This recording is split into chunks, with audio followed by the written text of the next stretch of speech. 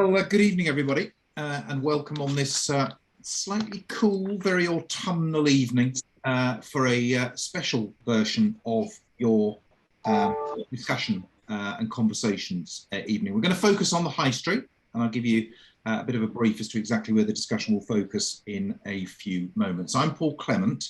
I'm chief exec of a company called Locus, and I've done a lot of work in Richmond and Wandsworth and in and around Twickenham. So I know your area, nowhere near as well as all of you do, but I do know your area.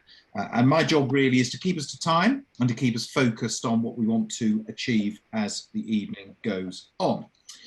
We are joined by a number of councillors who, if I give them a quick shout out and they wish to come off mute, they can say very quickly hello, but I won't let them do any more than that. First of all, Councillor Richard Baker, who is the lead for Business and Economics. Good evening. Councillor Alan Durrant, who we will hear from shortly. Good evening. Councillor Helen Lee Parsons. Good evening. Richard Bennett. Hello. There we go. Michael Butlin. And Katie Mansfield. Hi.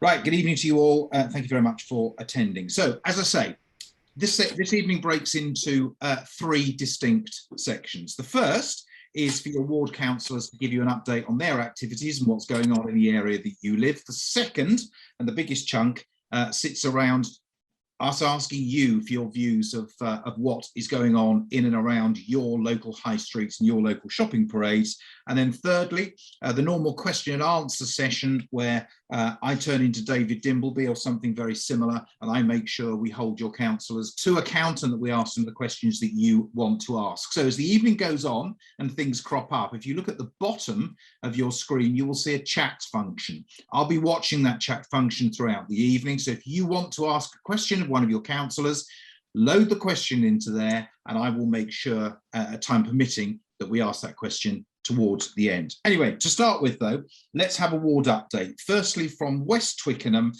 Alan Durrant, over to you. Hi, thank you. Well, I'll just give you a few highlights of what we've been trying to achieve in West Twickenham. We did support a very successful application to the Community Fund for improvements to the Nella Gardens Cafe.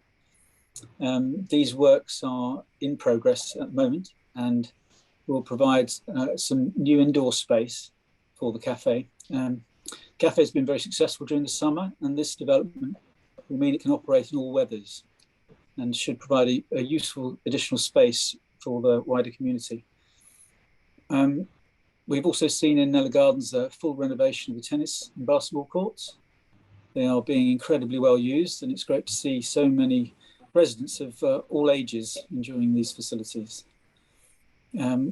We've also had a successful bid to the local area fund for the Briar Road allotments, where they've putting in some raised beds for elderly allotment holders to have the opportunity to keep participating in working in the allotments, even though if they can't manage to keep their own allotments going anymore. We're also hoping to get, well, we've got in place a plan for a pedestrian crossing across Meadway, just where it's planned for just between Nella Gardens and Crane Park. And this point is a very well used crossing point and has needed a proper crossing for a long time. And we're hoping it will be completed within the next year. Those are all the highlights I wanted to raise at the moment. Thank you. Okay, Alan, thank you very much. And from South Twickenham, let's go to Katie Mansfield. Katie. Thank you very much. And I'm giving this update on behalf of Councillors Bennett and Butlin as well.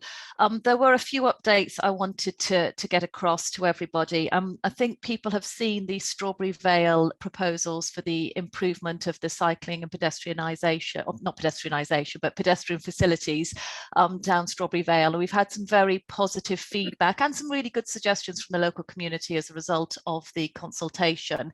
And we're now taking that forward to the next stage. We've worked very closely with officers and with the Strawberry Hill Residents Association on a couple of initiatives. So the opening of the Radnor Gardens Cafe again, but also they've put in for some local funding for some of the area around Strawberry Hill Station, and we're looking at some of that as to how we can move that forward. Following our last community conversation, we had a small community conversation on the problems of the rat running in Cross Deep. We have made some changes as a result of it and been speaking to the schools, but we have the deeper assessment of it with the officers, where we're going to be doing the traffic monitoring either just before or just after half term, depending on how it works out. But we agreed at the time that it needs to be held off until the traffic had normalised. We now think that's happening during the autumn, and we're going to be doing that imminently. On Twickenham Green, moving slightly further up within South Twickenham, we put the toilets in over the course of the summer. We don't think that's the right long-term solution. And what we're doing is we're working very closely with the Friends of Twickenham Green. And I see that David Trigg's here this evening, and we're going to work with them to make sure that there's a proper long-term solution for Twickenham Green with community toilets and signage. Further north of the Green, I know that there's a lot of people concerned about Greg's and the kind of the site that's there. It was turned down for planning permission. We don't have any updates on that at the moment, but all three of us are keeping very close to it to see if there is any further development coming through from those specific developers. And then finally on school streets, we've had a number of school streets across the ward. We had good feedback from a number of people when we started to review what the impact of those school streets was. We did have some feedback that some of the signage could be improved, and I think technically the signage is kind of what we have to do, but we're taking on board some of that feedback, and we're going to look at how we can bring the signage further back so people have more advance notice of it to make sure that it's the right thing for everybody. And the specific school street of St. Richard Reynolds will be coming to the Transport Committee in a couple of weeks' time, and we'll have more information on that straight away after that. Thank you. Thank you very much, Katie, and well done, councillors. Thank you very much for that. You might think you're off the hook, but you're not off the hook, because later in the evening we'll be asking you a series of questions, and I'll be asking those on behalf of the residents. So thank you for the time being. Right, let's focus on the main purpose of this evening's community conversation, which is for you to tell us what you think about what's going on your high streets, what could be improved, what is changing, what's getting better, perhaps where we need a bit more attention. Now, let's define high streets, particularly important for your area. High streets might be your local shopping parades, it might be Staines Road, it might be Strawberry Hill. It could also be your main town centre in Twickenham. So think of it in the collective. Where do you go to spend your time, spend your money, spend your leisure time, meet with friends and so on? Just make sure when you're in the breakout rooms that when you're talking about a specific location, the person that's facilitating it understands exactly where it is you are talking about. Now, part of the reason that I've been brought in this evening is not just to try and facilitate, but also to give a bit of an overview as to what is actually going on high streets up and around the country. So there is one thing that is beyond any doubt in my view, which is that high streets and shopping parades are in and undergoing a period of change unlike anything that any of us have seen in our living memory. There are always cycles of boom and bust, of growth and recession, but this is something that is deeply structural, very, very different, and it really requires us to think again about what the purpose of high streets is. You may not be as affected as other locations around the country, but what I can tell you is some of the trends that you're currently seeing are being seen elsewhere, and some trends that are being seen elsewhere may well in the end, you may see them on your high street as well.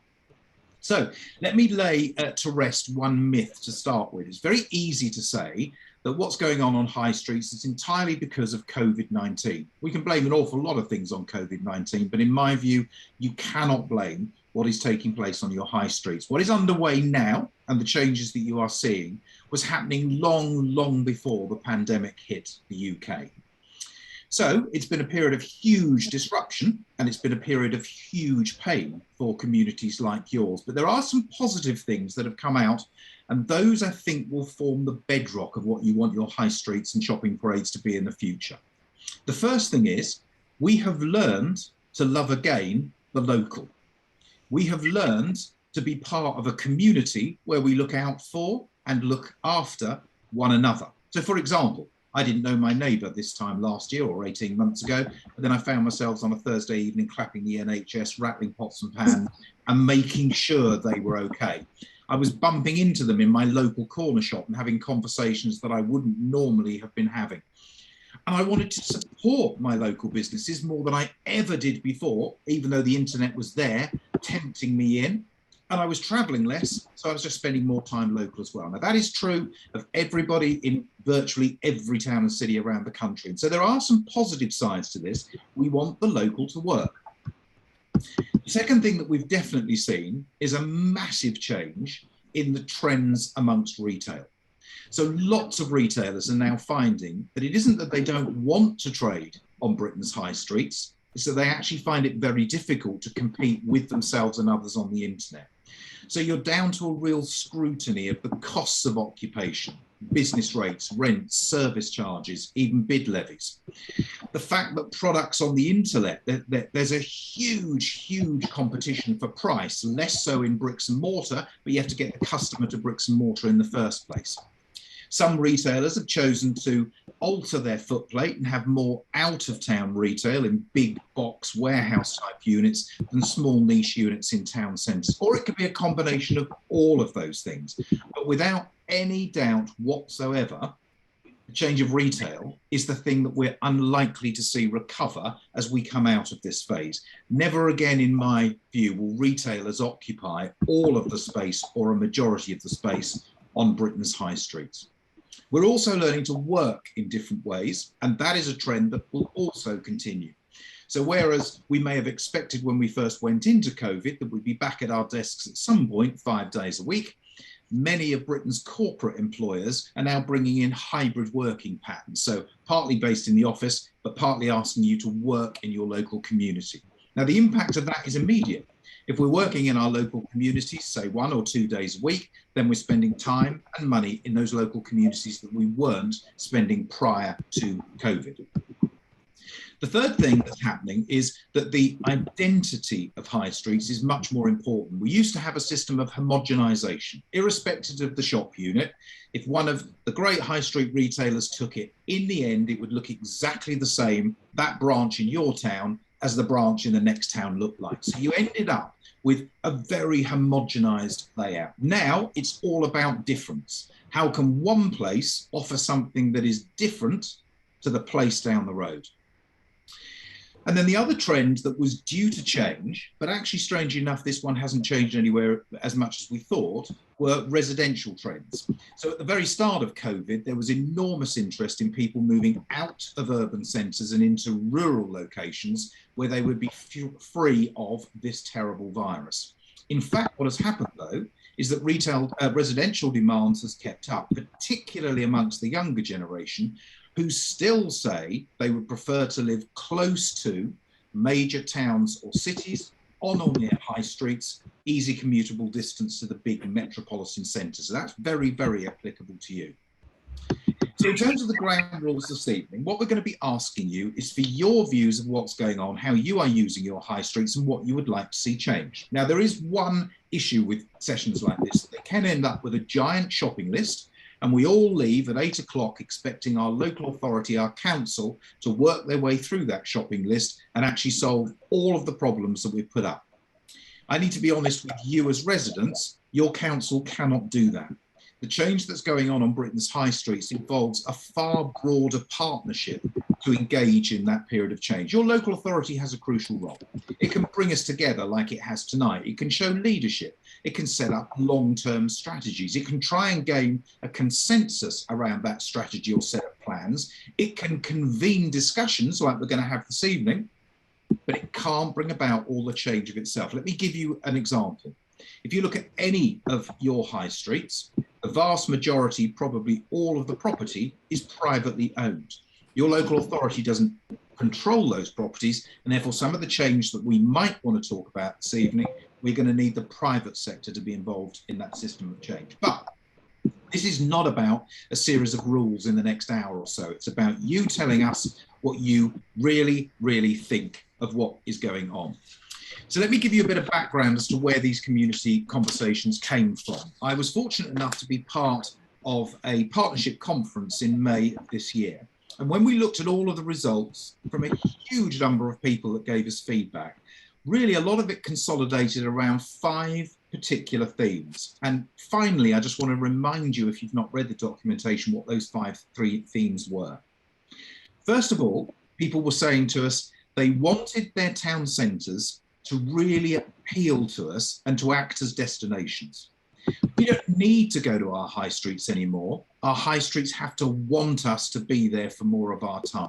So come on, turn yourselves into a destination. It's not about transactional value anymore. We need to want to be there. Theme number one.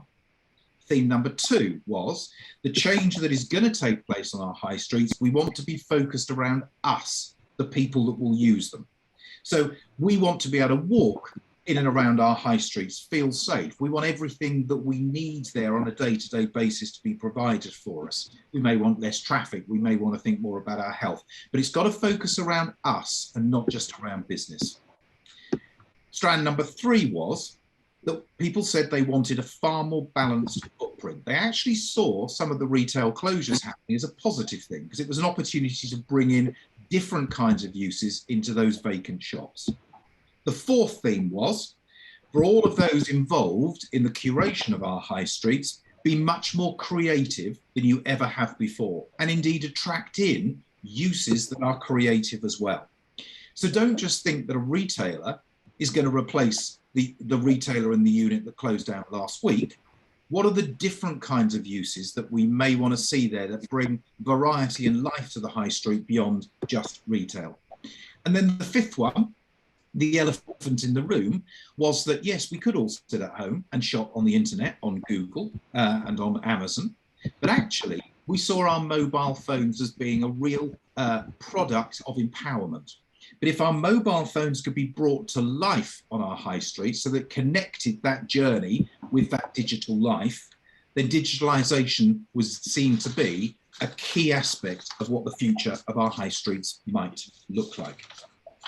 So before we move on to the next section, I'm going to just give you an overview quickly of the sorts of questions that we are going to ask you. But before I do that, this piece of work this evening is one of a series of pieces of work, and it fits within the new local plan. So as a bit of background into that local plan, let me introduce to you Grace.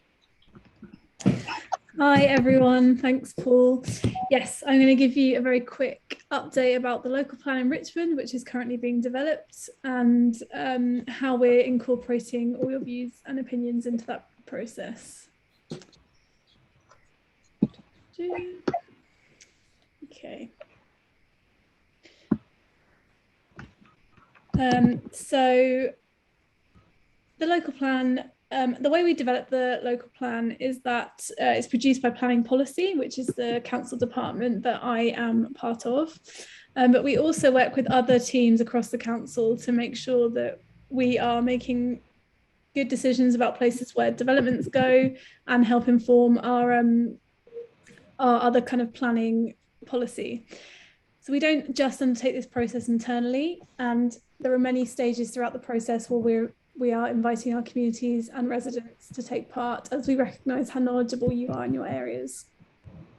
And as Paul has alluded to, although there are many things that we can't control as a council, we can do things like we do work with landlords to help influence future developments and involve you as the community, but factors like land value and high demand for certain uses also influence planning policies, as well as pressing issues like climate change and flood management. So the local plan is a legal document that's produced by each local authority in England. Essentially, it's a set of guidelines that lays out a vision and objectives for how the borough will develop into the future. It typically looks up to 15 years ahead, and usually a plan is produced every 10 years and typically reviewed once every 5. Although in Richmond, we decided that the local plan review should commence a bit sooner to reflect some of the major changes that are happening in the kind of planning landscape, which include things like the climate emergency, changes to central housing policy and planning policy, including the new London plan, which was published earlier this year. I thought this would be a helpful slide to set out some of the things that the local plan does and does not do. So it does not always adopt policies that are popular or fall in line with individual interests, but it aims to balance the needs and anticipate the future uses of all users of places and members of society.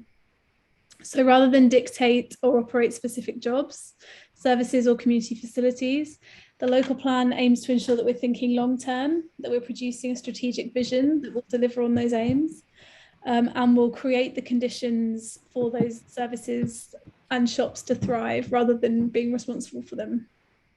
The local plan does ensure that we're placing developments in the most appropriate places, that we're shaping how places look and feel and influencing how we travel, but it does not do things like cap property prices or reduce rents, and it can't resist change shops or control parking, and things like frequency of waste and recycling collection is also out of the remit of the local plan.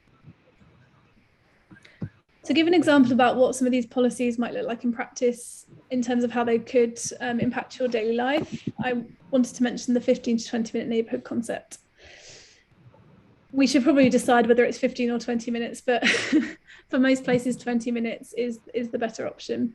But this is the idea that places are complete and compact and connected neighbourhoods where most things you need for shopping or visiting or enjoying your leisure time are a walk or cycle away.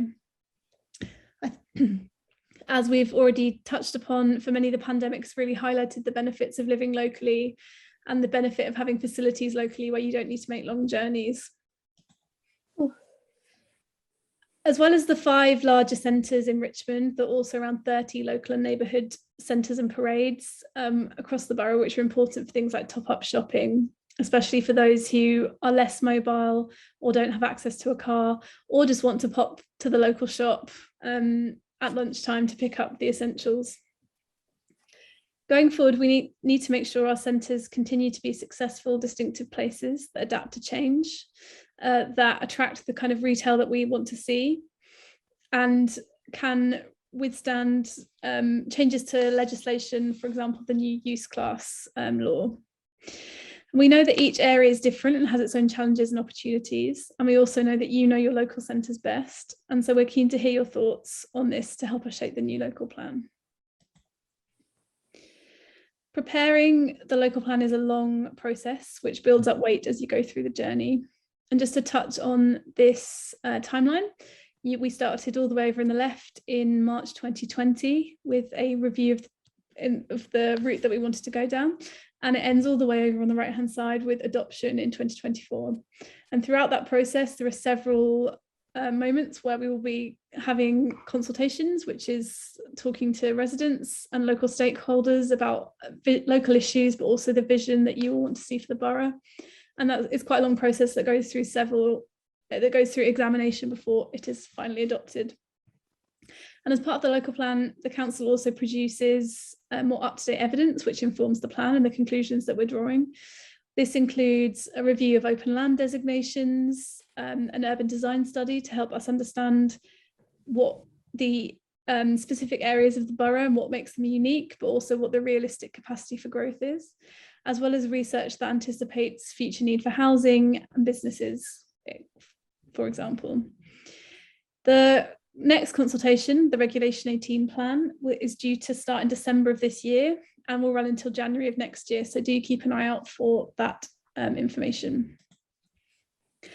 And finally, just to summarise, so the local plan sets out a long-term vision for Richmond for the next 15 years that reflects on the changes we've all experienced over the past 15 months and supports our high streets and local centres to deliver for the community.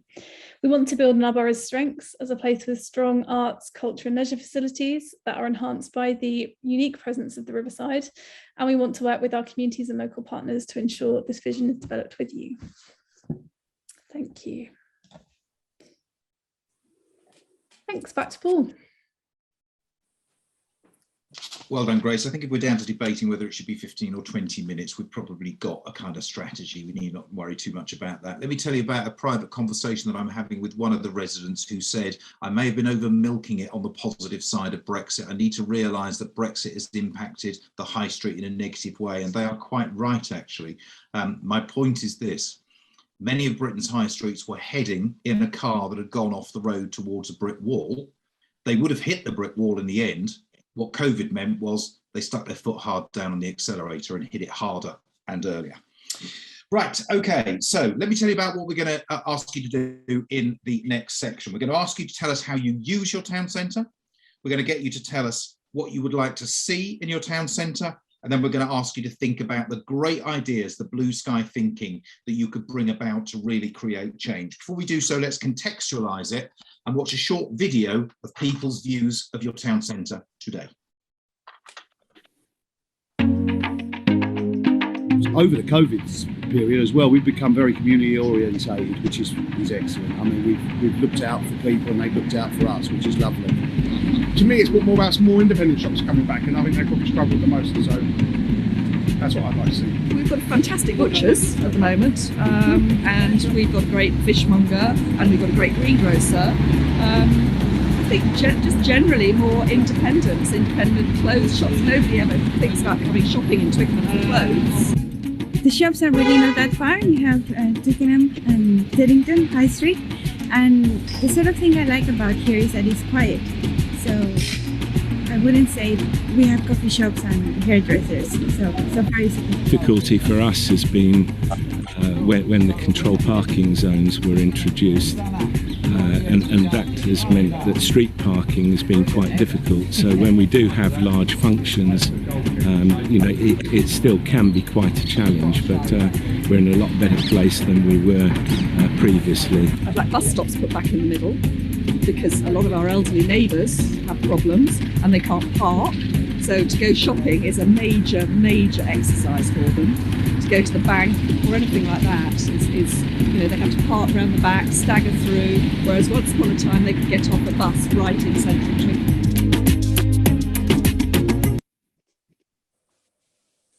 Okay, so that might give you some ideas. You might strongly agree with everybody. Even more fun, you might disagree with every last one of them. That is up to you. So you need do nothing. We're going to move you into a series of breakout rooms. Each will be facilitated by one or more council officers. We will capture everything that you say. I promise you that. It's being recorded. Everything will be noted down. And I promise you that your views will be taken into account. So here are the 3 questions we want you to answer in the next half an hour. Question number 1. We want to understand how you use your high street now. Has that changed? Do you use it more often, less often? Do you go there for different things? When you're there, do you stay longer? Do you use it in the evening? And if you do, what do you use it in the evening for compared to during the day? When do you visit? And what are you going there for? Number 1, use. Number 2, we want to ask you what you'd like to see on your high street that might improve it. You might be 100% happy, in which case that's going to be a short question and it won't take you long to answer it. But I bet you can think of things that would make it even better. I don't know, green spaces, different kinds of uses, different shops, leisure, amenities, cycle lanes, more events. That's up to you. And then number 3.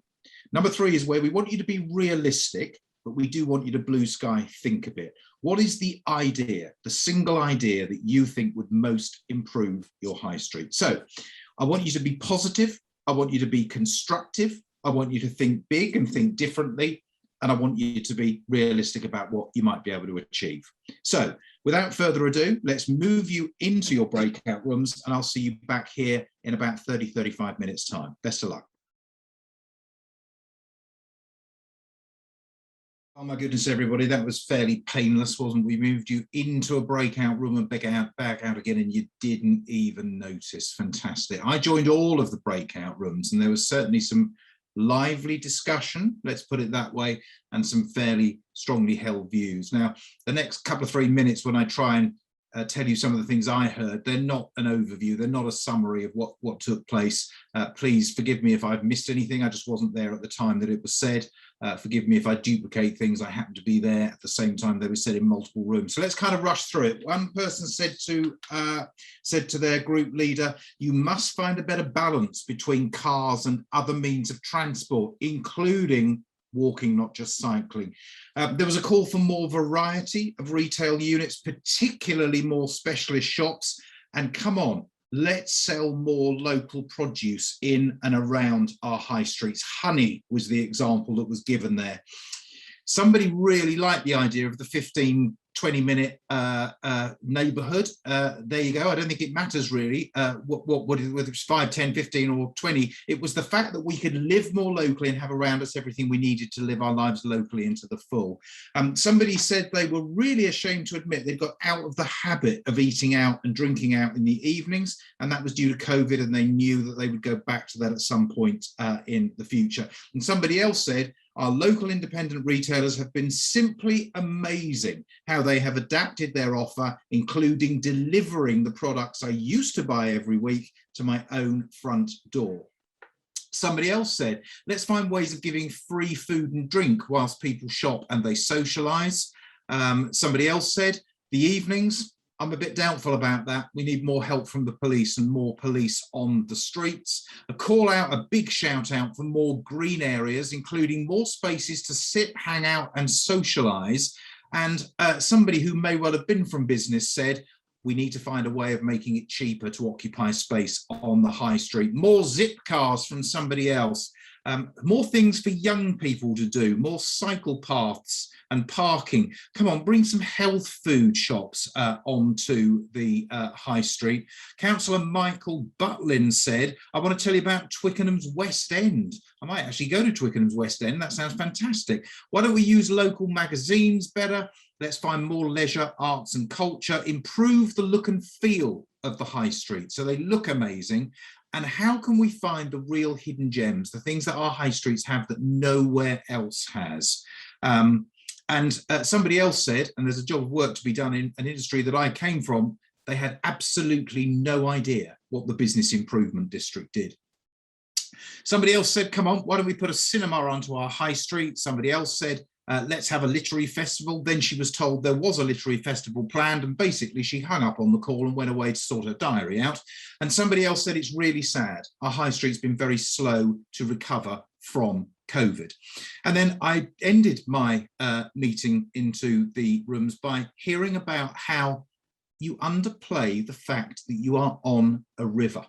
And somebody was saying, why don't we use the river as the entrance? Why don't we have the river as our high street? Why don't we find new cycle routes on the river? And a bit like Richmond, let's have more seating.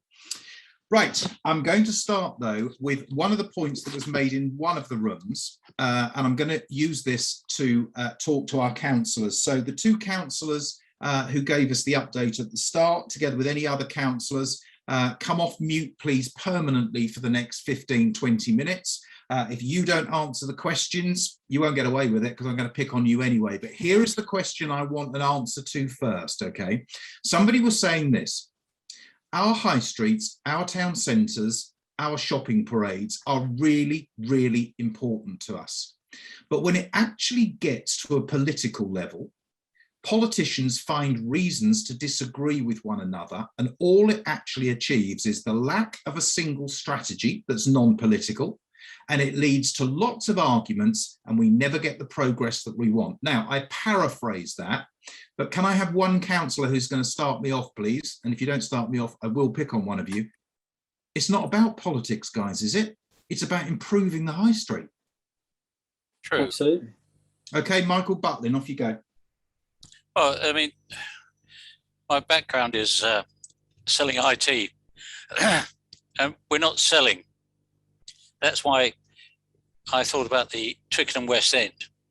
You know, if you want to sell something, you've got to let people know it's there, and you've got to put it out to people. And the other thing is about the comment people made about pedestrians. Yes, I'm also a big banger on about pedestrians. I mean, we don't need.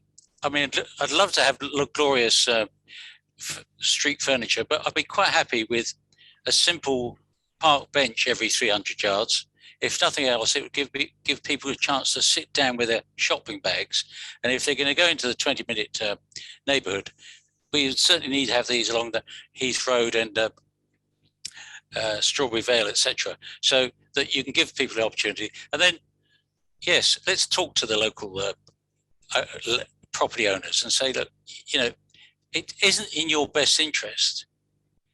How about doing a few loss leaders? Let's encourage you. Let's see what we can do to have something attractive.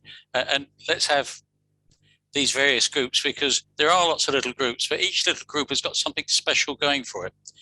Fish and chips, you go out west. Okay, all right, stop telling me, stop trying to tell me the West End, I'm coming anyway. Katie, he dodged the question there, didn't he? He did a little bit, didn't he? He gave me a very good answer to a question that I didn't ask, and you can tell he's been in sales. Katie, the question was this: This is important enough to everybody in this call that they're giving up an hour and a half of their time. This really matters. And yet when it gets with politicians, it becomes political. It isn't politics. How do you get round it?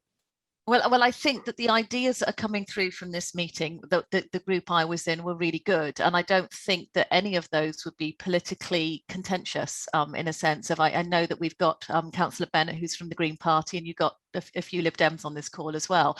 And certainly whenever we've worked within the South Twickenham ward, we've worked with Richard to try and do the right thing for the ward, and absolutely there is no contentiousness whatsoever about where we'd work together. I do understand the comments, because I think if you look at the Twickenham Riverside development proposals and that becomes political, that we're trying to push something through, or trying to bring something through, and it becomes contentious, not necessarily with other politicians, but with groups of people who have interests. And I think we do as a community have to come together and say, it's not going to be perfect, but if we're going to make it better, we're going to have to accept the views of other people and get it into the right place. It was contentious to pedestrianise Church Street. You'd never think that now, but at the time it was contentious because there were people who were disadvantaged by it. But when it came to how it actually happened and went through, 94% of people said that was a good thing to do. So I think sometimes it's taking the chance. It's actually saying that for the benefit of the overall community, we're going to have to take some hard decisions that make it more difficult for some people, because that is important. And I think some of the ideas coming through here are absolutely things that we can deliver upon as across the council. Right, good answer, Katie. You're off the hook for a while because that was a good answer. Can I say that the government's proposed changes to planning policy to actually allow more retail to become residential was opposed by all three parties. That wasn't just, Lib Dems or Greens. It was actually Conservatives as well. So and there's a lot. No, that's fine. That's fine. That debate's been running up and down the country. So, okay, Councillor, it's now gone through. You will have to do these things. How do you cope with it? With difficulty, yes, but we will cope with it. Yes. Okay, but you'll adapt. Right, fine. Okay. I want to ask a question generally that came up actually in a couple of the groups that I was in. It's a very specific point about a third Tesco arriving within a mile. And actually the issue there really is lack of control over delivery drivers blocking lanes and causing traffic jams. I'm not sure whether any of the councillors would like to take that first. I mean, it is a private company, but at the end of the day, if it's clogging up the high street or roads around it, is there anything that the council can or should do, please? Well, first of all, we just can't beat back big business. I mean, if you look at Sainsbury's, which are on Twickenham Green, they're a habit. Sainsbury's on Twickenham Green has a bloody great big 40-foot container lorry there, parked up and causing traffic jams all the time. But let's see, the only thing we can do is get tickets, but they don't seem to worry about getting tickets. It's the small guys. The guy who used to have the across the road from Sainsbury's was Arthur's. The guy there was always getting in trouble with tickets. Now, for a small guy, getting a ticket is expensive. For the big guy, it's just cost of business. Okay, Hester Huttenbach, you've got your hand up. Come off so I can actually see you for a second. I don't like talking to blank screen, so put your video on if you can. Come off mute and then tell me yes or no. Hello there. Hi. Tell me Hi. Yes. Is your question to do with the Tesco? It's to do with what Michael's just said about Sainsbury's and their lorry. Okay. Sainsbury's on the Green actually wanted to deliver out of hours, but the residents above Sainsbury's refused to allow that to happen. Okay, thank you for that. Thank you for that.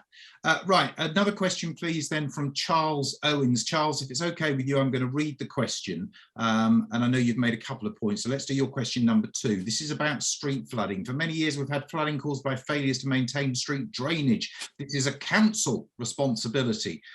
Anyone walking around South and West Twickenham can see drains which have been clearly blocked for a long time, etc., etc., etc. So the drains are blocked, it causes street flooding. Are you going to fix it by this winter? Yes or no? Let's go to Councillor Durrant. I bet you were dreading this one. Off you go. No, thank you. Yeah, hi. It's just the subject of flooding came up to Policy and Performance Review Board in July, actually. And so it is an issue that's grabbed the headlines recently because we have had quite a bit of flash flooding in the borough. I mean, we have actually increased the gully cleaning to try and address the problem. If you do see a drain that is clearly blocked, if you report it, there are teams that will go out and clear it straight away. But the biggest problem with the flash flooding is not so much the gully debris, it's the water levels in the rivers, in the Thames, because the flash flooding has to go somewhere, and if the water level in the river is too high, it hasn't got anywhere to go. So that's what we were told. And so there are three parts to clearing floods, and it's it's keeping the gullies clean and the drains, and that's obviously the council's responsibility. The actual structure of the drains is Thames Water, and the levels in the river the positioning of the outflows into the river is the responsibility of the Environment Agency. So it is a complex area, and it is something that council is working on. And trying to work in conjunction with those other agencies. Okay, can I just interject on that? Because a perfect example is the problems we've been having at the Tennyson Avenue. They come along and clean out the drains, but the problem is that there's a blockage down in the pipe. There's probably some guy, Fatberg or so, down in the pipe. So we have to get the Thames Water to come and clear that up, because if for the people in the Tennyson Avenue area, they know whenever there's a big downpour, there had been a big downpour a couple of days ago, it was all over the road. And yes, they will come along and clean it out. And as soon as they clean it out, if you get another flush down purge, this is what actually happens. Also, the same thing is on Twickenham Green. There's a strip by the bus stop. It's this other problem, which is we're doing it, but we've got to clear the pipe work. All right, okay. Charles Owens, you've got your hand up. You can take your hand down, come off mute. Are you satisfied with that answer? I wasn't fully clear who the they were that were doing these things. But anyway, Mr. Owens. Hello again. The problem, both Alan and Mike are right in many ways. But one of the problems is the actual drain covers themselves are completely blocked with debris. My residents association paid, after council failed to do this is a long time ago, 11 years ago, we paid Hammersmith's cleaning company to come and clean our drains on our estate because the council in Richmond had failed to do so. They cleared the drains, that's the actual drains that you see when you look down, which were full of debris. They cleaned below that. I could put a post down solidly onto the debris below. Once that was cleaned, we've had 11 years flood free on our estate. I ended up threatening to sue the council before we got our money back. Okay. We're talking about councils several times ago. So not all right, Mr. Rhodes. I mean, 11 years ago, I believe it or not, I was a young man in school. That's a long time. What your point is, every 11 years is not good enough. It's a constant maintenance job, is the point that Mr. Rhodes is making. He makes a further point, and Councillor Butlin, you get a bit of a shout out here, so be ready for this. You apparently have been very responsive and proactive in dealing with fly tipping. Well done, sir.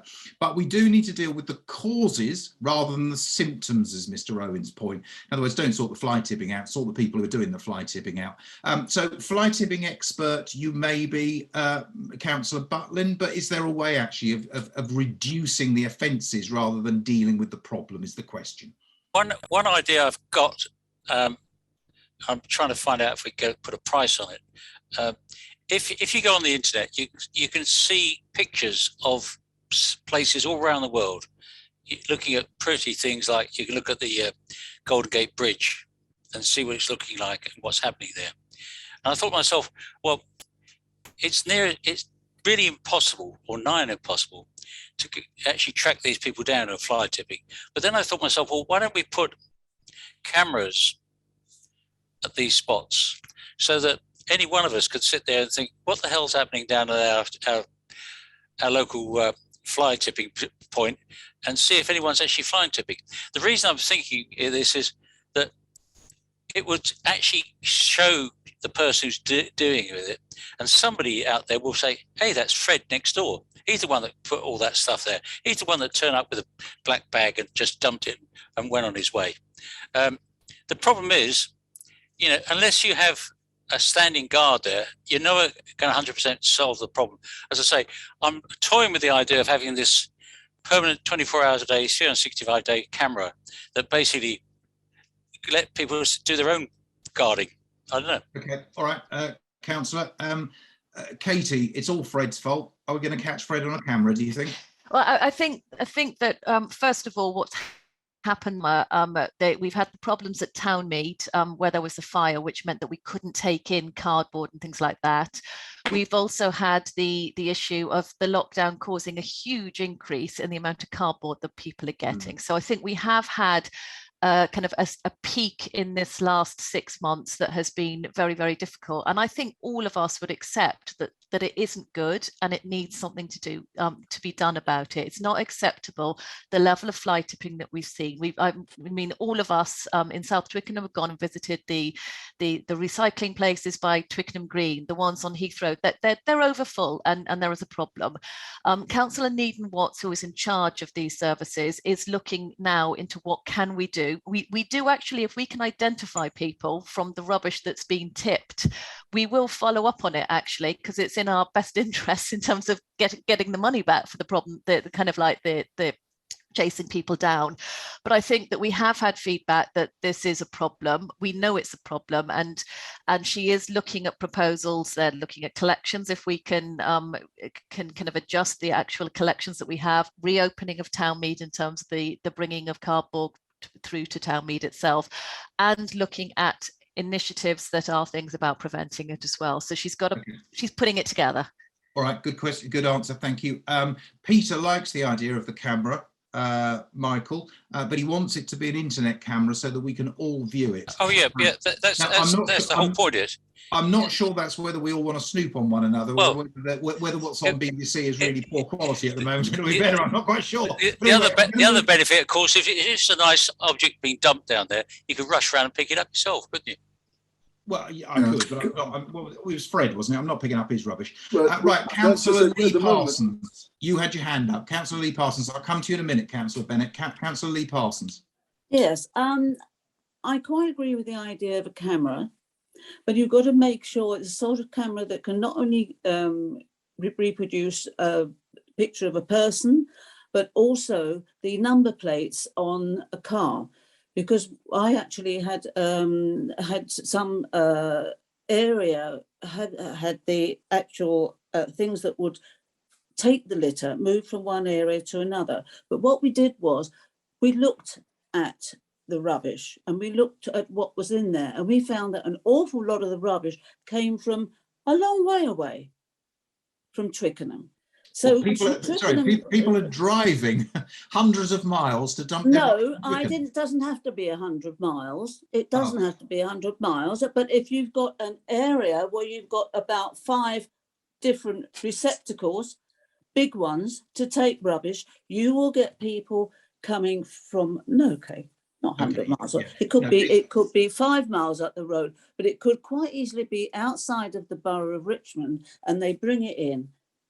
Because they know there's that facility there to dump their rubbish. So what I'm saying is that if you're going to take photographs, make sure you can get car number plates. Okay, right. Okay, so some of your residents are saying, actually, if we have more recycling centres, communities, skips and bins, it might sort the problem out. I'm not sure that stops people from offending anyway. But Councillor Bennett, you wanted to say something. I've got 2 minutes left, so I'm going to ask you to do 1 minute. Okay, a few things. Actually, one of the problems with fly tipping is that the council's ad hoc response to finding out about fly tipping is actually very good, very quick, and almost gives people the impression that it's not so bad that I do it because it gets cleared quite quickly. It's almost as good as going to the recycling centre if they pick it up. So that it's one of those things that you get exploited for doing a good job sometimes. Okay. Katie was completely right about the cardboard. That's been the most massive increase through online ordering, everything arriving in cardboard and so on. And we do need more extra collections specifically for that, particularly with Townmead being affected by the fire as well. The other thing is cameras. We're not. Yes, we do sift through looking for identification, but we don't often find it. But the cameras, CCTV, we had hardly any in Twickenham. CCTV. Actually, it's not even that great when you get the pictures. And the other problem is we haven't got anyone to look at it, because that's the police's job, and they won't allocate the manpower to do it, and they don't seem keen on anyone else doing it. Councillor, I'm going to stop you there, because I've got to. I don't want to keep residents waiting. There's one final point that Maria makes, which is very important and links to your point about police, actually, which is this. There are some local off licenses selling to underage teenagers on a regular basis. So Maria, I'm not going to ask you to comment on that. I mean, clearly that is a criminal offence. And it's something that somebody needs to be dealing with. Anyway, listen, we are out of time. We're not going to sit here any longer. We could be here until midnight, I'm sure, but we're not going to do it. What I first of all want to do is thank the residents that have turned up and contributed so incredibly positively to this. I give you an assurance. All your comments have been captured. Everything has been recorded. It will form part of a paper going to the committee. So the councillors, thank you very much for attending and being so vocal and taking the questions in the good spirit in which you have. And I hope you haven't found it too testing, but we have got the questions across. To everybody, it's 8 o'clock. We promise to finish now. Have yourselves a very good rest of your evening. Thank you very much. Goodbye.